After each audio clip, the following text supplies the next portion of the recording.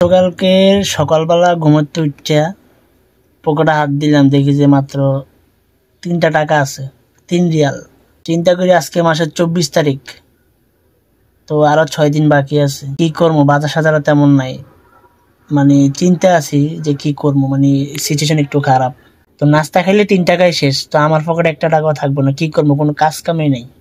তো আসলে আল্লাহ আমাদের জন্য যে রিজিকের ব্যবস্থাটা মানে কই রাখছে, এটা আসলে কেউ বলতে পারে না, কেউ জানে না। বাট আমরা আল্লাহর কাছে নির্ভরশীল, আল্লাহর উপর নির্ভর করে চলি। আল্লাহ কখনো আমাদেরকে অসন্তুষ্ট করে না, সবসময় সন্তুষ্টি করে। আল্লাহ যে আমাদেরকে রিজিকের যে ব্যবস্থাটা দিছে, কই দিছে, কেমনে দিছে, কেমনে আইব, কোন জায়গায় দিছে, কোন জায়গায় রাখছে, এটা ভাই কেউ জানে না।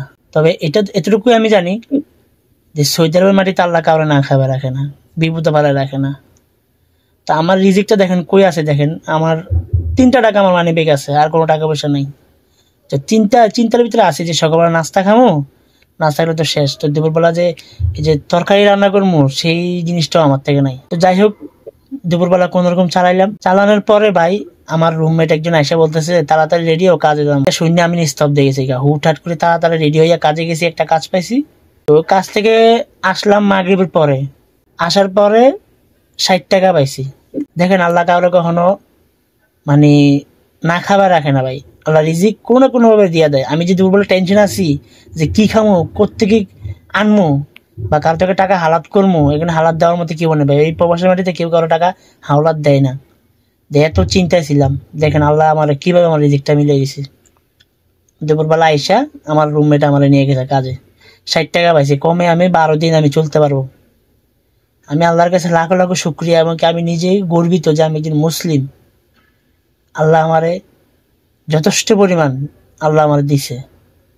মানে আমি চিন্তা করতেছিলাম যে ভাই আমি কিভাবে কি করবো, কিন্তু দেখেন আল্লাহ আমার রিজিকটা ব্যবস্থা করে দিছে। আমি নিজে শক্ট হয়ে গেছি গা। সকালবেলা ঘুম থেকে উঠে আমি এত টেনশন করতেছি, আমার কাছে 3টা টাকা আছে, আর দুপুরবেলা আমি জাস্ট 4 ঘন্টা কাম করে 60 টাকা কামাইছি। 60 টাকা বাংলাদেশের কনভার্ট করলে আপনার 2200 থেকে 2300 টাকা হবে, 60 টাকা সৌদি রিয়াল হিসাব করলে। তো চিন্তা করেন 4 ঘন্টা কাম করে আমি 2200 থেকে 2300 টাকা কামাইছি, যেটা আমার সৌদি আরবে আমি মিনিমাম 1 সপ্তাহ চলতে পারবো, 10 দিন চলতে পারবো। আল্লাহর কাছে আমি অসম্ভব শুকরিয়া আদায় করি। আল্লাহ আপনি মহান, আপনার উপর আর কেউ নাই। তো ভাই ধৈর্য ধরেন, ইনশাআল্লাহ সৌদি আরবের মাটিতে আপনার ভালো কিছু হবে। আল্লাহ আপনারা কখনো না খাইবার রাখবে না, একটু ধৈর্য ধরেন, আর কোনো কিছু না।